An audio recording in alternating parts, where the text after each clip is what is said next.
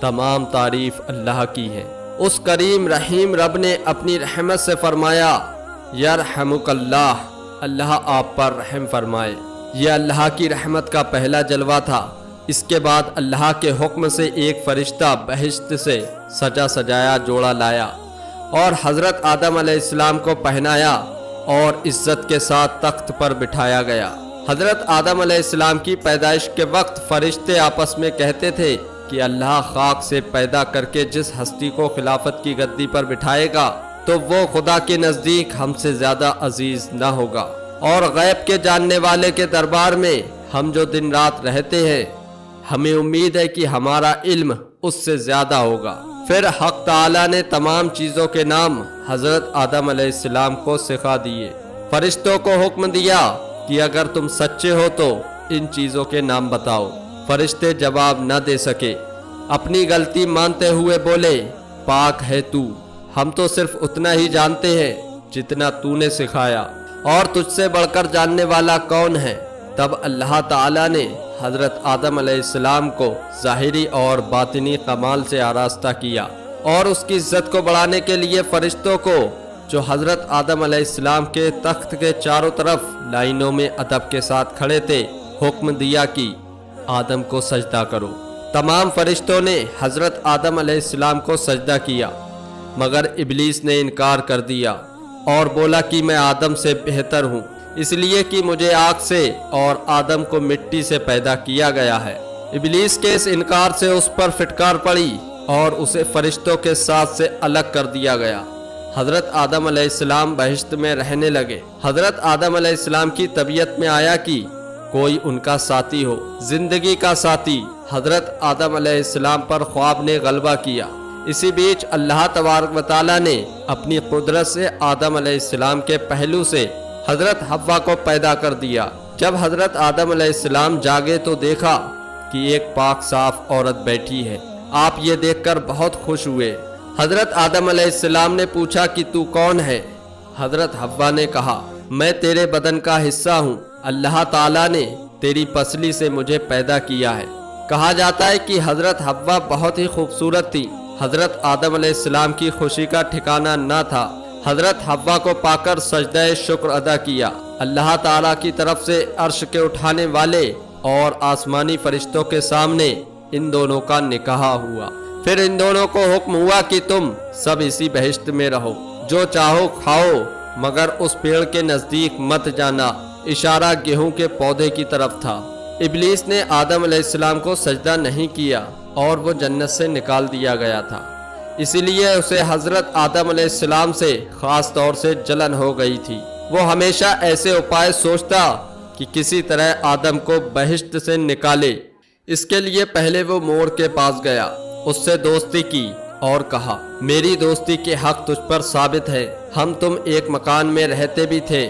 میری درخواست تم سے یہ ہے کہ مجھے اپنے بازو پر بٹھا کر بہشت میں پہنچا دو تاکہ میں اپنے دشمن سے بدلہ لے سکوں۔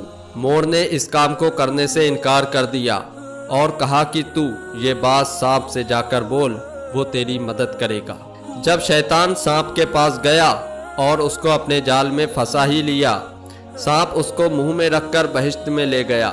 پھر حضرت آدم اور حوا کے پاس گیا اور رونا شروع کر دیا۔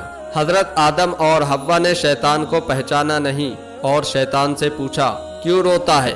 شیطان نے کہا میں تم کو نصیحت کرتا ہوں، مجھ کو تو تمہارے حال پر رونا آتا ہے کہ تم اس بہشت سے نکالے جاؤ گے اور یہ بہشت کی نعمتیں تم سے سب کی سب لے لی جائیں گی اور زندگی کی لذت کے بجائے موت کے درد کا مزہ چکھو گے۔ دونوں نے شیطان کی جب یہ باتیں سنی تو بڑا غم ہوا۔ ابلیس نے کہا اگر تم میرا کہنا مانو تو تم کو ایک پیڑ بتاؤں، اگر تم اس پیڑ کا پھل کھاؤ گے تو ہمیشہ زندہ رہو گے اور موت کی شکل کبھی نہ دیکھو گے۔